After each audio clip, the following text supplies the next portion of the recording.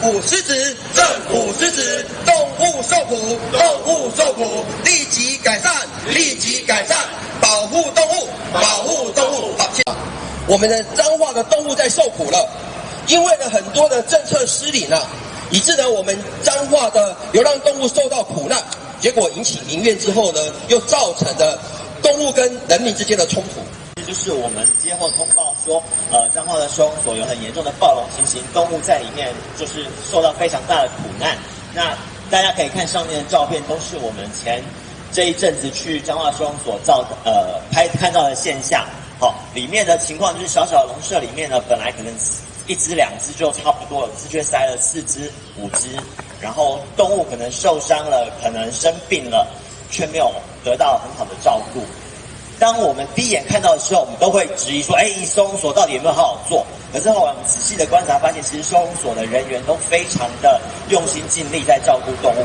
我们就了解到说，这个其实不是收容所本身的问题，而是它更有比较后面源头的问题。我们也知道说彰化的水做事，那我们希望说彰化县政府正视这些朋友的心声，出来跟我们会谈，跟我们讨论彰化县流浪动物的管理政策。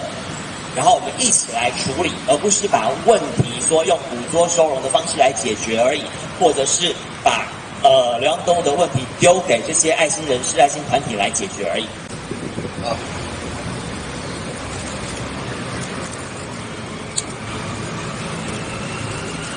在104年差不多只有7000只，那到107年到去年16000多只的一些游荡犬。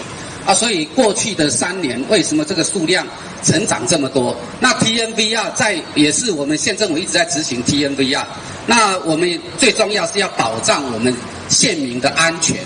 那因为过去的3年，我们的 TNVR 执行的非常的低。那王县长上任之后，也觉得这个流浪动物在跟非常多民众的一个反应对于这个流浪动物威胁到他们的生命安全，所以我们在今年度，我们就是希望来做一些就是来绝育的捕捉之后，我们来打疫苗，打完之后呢，我们没有攻击性的会回放，所以我们今年跟各位报告，我们今年的 TNVR 到现在为止已经431只。王县长上任后也积极的在执行 TNVR， 所以跟过去比起来13只60只，我们在今年431只。那因为就是要把这些流浪动物的成犬抓过来之后，来去把它绝育之后，避免它们在野外繁殖，这个是我们目前在做的。那因为在清水在另外一个的部分，在我们除了 TNVR， 我们也希望就是爱狗的人士、爱动物的人士来响应我们县府在推动的认养跟终养。我们认养跟终养这一些政策，我们也非常落实的在执行。那今年度我们整个在终养跟这个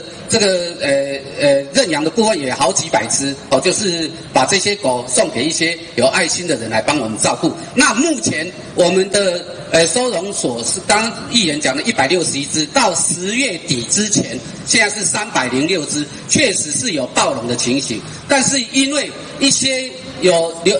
清洁队抓过来的，甚至有民众通报，我们还送过来，我们还是要收。那这个暴龙的情形呢，在全台湾目前也有9个县市不管是民进党执政、国民党执政，都有遇到这个问题。那我们觉得这个应该是全台湾大家面临的问题，我们要共同来去解决。我们希望因为彰化县确实是流浪动物非常多，我们必须要有效的去控制这些流浪动物在野外的一些繁殖。